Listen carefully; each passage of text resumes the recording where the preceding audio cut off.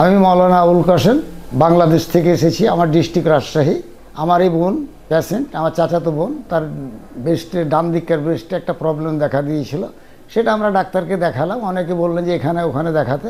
আমরা ইন্ডিয়া আসলাম এবং এই নারায়ণ হসপিটাল চয়েস করলাম এবং এখানে ডক্টর নিহার সঙ্গে নিহা চৌধুরীর সঙ্গে আমাদের যোগাযোগ হলো।